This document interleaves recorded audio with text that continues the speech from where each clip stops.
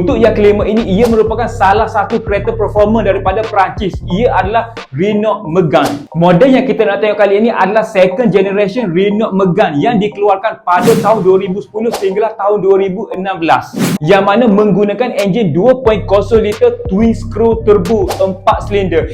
Enjin ini mampu menghasilkan kuasa 247 horsepower dan 340 Nm torque. Ia lebih digelar Renault Megane Sport 250. Harga pasaran untuk Renault Megane second generation ini bermulanya daripada RM50,000 sehingga RM70,000. Jika korang kaki track, ini salah satu keretanya. Namun perlu diingatkan, 5 kereta yang dilistkan dalam video ini, Renault Megane merupakan antara varian 6 speed kelajuan manual. Fakta tambahan, Renault Megane merupakan antara salah satu kereta yang pernah mengalahkan Honda Civic FD2R di Litar Nürburgring.